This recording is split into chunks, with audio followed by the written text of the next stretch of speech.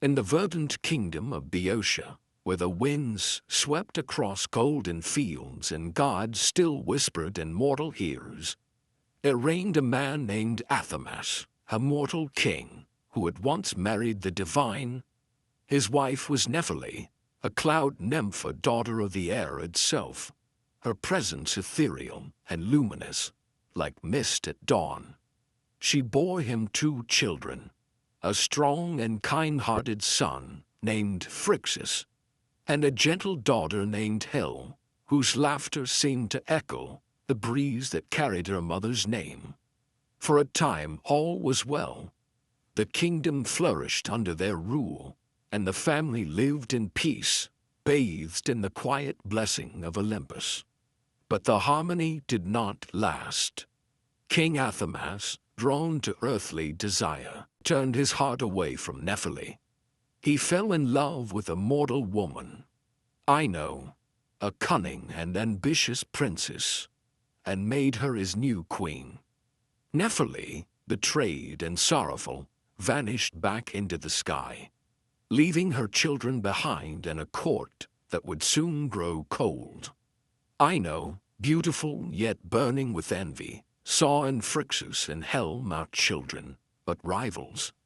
Her own children, born of Athamas after Nephele's departure, would never inherit the throne so long as the son of the cloud goddess lived.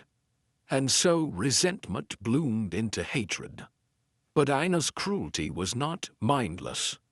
It was rooted in jealousy, fear, and a desperate thirst for power.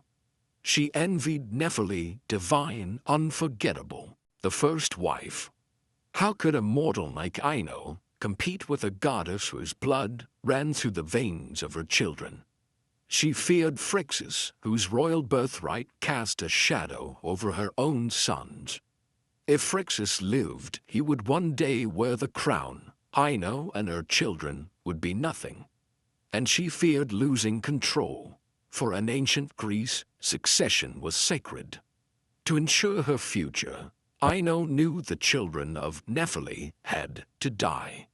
She devised a plan, one both elegant in its deceit and monstrous in its intent. First, Ino corrupted the kingdom's grain. In secret, she roasted the seeds before planting, ensuring that the harvest would fail. When famine swept across Boeotia, Ino seized a moment. She whispered to the people that the gods were angry, and that a sacrifice must be made to restore their favor. Then, she bribed messengers sent to consult the oracle at Delphi. Upon their return, they told the people that the gods demanded the life of Phrixos, the king's own son, to lift the curse and save the land. The kingdom recoiled in horror, but fear is a powerful force. Crops were dying, hunger loomed, and divine wrath was no small matter. Even King Athamas, torn by grief, felt cornered. Under pressure and falsely believing it was the will of the gods, he agreed to offer his son. The day of the sacrifice arrived. The altar was prepared, and Phrixos, confused and terrified, was led forward. Helle clung to her brother, sobbing. The priests raised their hands. Athamas looked on, hollow and broken. But from the clouds above, Nephele watched, and she acted. With a cry like thunder, she sent a miraculous creature to the earth, a ram with golden wool, shining like sunlight on water, and great wings that beat the sky. It was a divine beast, a gift from the god Hermes himself. As the blade neared her son's throat, the ram swept down in a flash of gold and wind. Before anyone could react, Phrixos and Helle were lifted into the sky, their cries of wonder echoing as the ram soared eastward. Below them, Boeotia shrank into the distance. They flew over forests, over mountains, over seas. But fate, as always in Greek myth, demands its cost. As they crossed a narrow stretch of water between Europe and Asia, Helle made the mistake of looking down. The sea churned far below, and dizziness overcame her. Her fingers slipped from the ram's wall. She fell. Her scream was lost in the wind, and her body was swallowed by the sea. The waters were named after her. The Hellespont, the Sea of Hell, a name that endures to this day as the Dardanelles.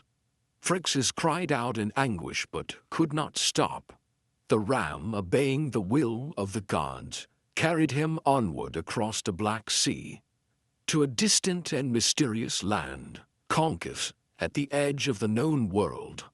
There Phrixos was welcomed by King Ates, son of the sun god Helios. Ates, wise and powerful, offered sanctuary to the boy who had flown from death. To thank the gods and repay the king's kindness, Phrixos sacrificed the golden ram to Zeus, honoring the divine rescue. But he did not waste the creature's holy remains. The ram's golden fleece, glowing with heavenly light, was gifted to Ates, who hung it on a great oak tree in the grove of Ares, the god of war. There it became a sacred relic, a symbol of divine favor and rightful kingship.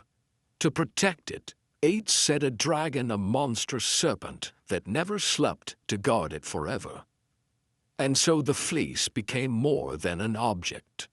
It became a test of fate. Years later, long after Helle had drowned and Phrixos had grown old in Colchis, the fleece drew another seeker, the hero Jason. His story, known as the Argonautic Expedition, would become one of the greatest in all of Greek myth. Jason did not achieve his goal alone. He succeeded because of Medea, the daughter of King Ates, a sorceress of immense power, who fell in love with him. She betrayed her father, used her magic to tame the sleepless dragon, and helped Jason steal the fleece. Together they fled, beginning a tale of love, betrayal, revenge, and tragedy that would echo through generations. Like the Holy Grail in medieval legends, the Golden Fleece was not merely an artifact. It symbolized a divine rescue, a tragic loss, a test of courage and cleverness, a link between mortals and gods, a claim to legitimate power. It taught that fate can be cruel, that even the innocent may suffer, but that hope, like the Golden Fleece, shines brightest in the darkest hour. This was not just a myth. It was a mirror of life, a tale of family torn apart, a power pursued and lost, of grief and glory. And it all began with a golden ram and a sister's fall into the sea.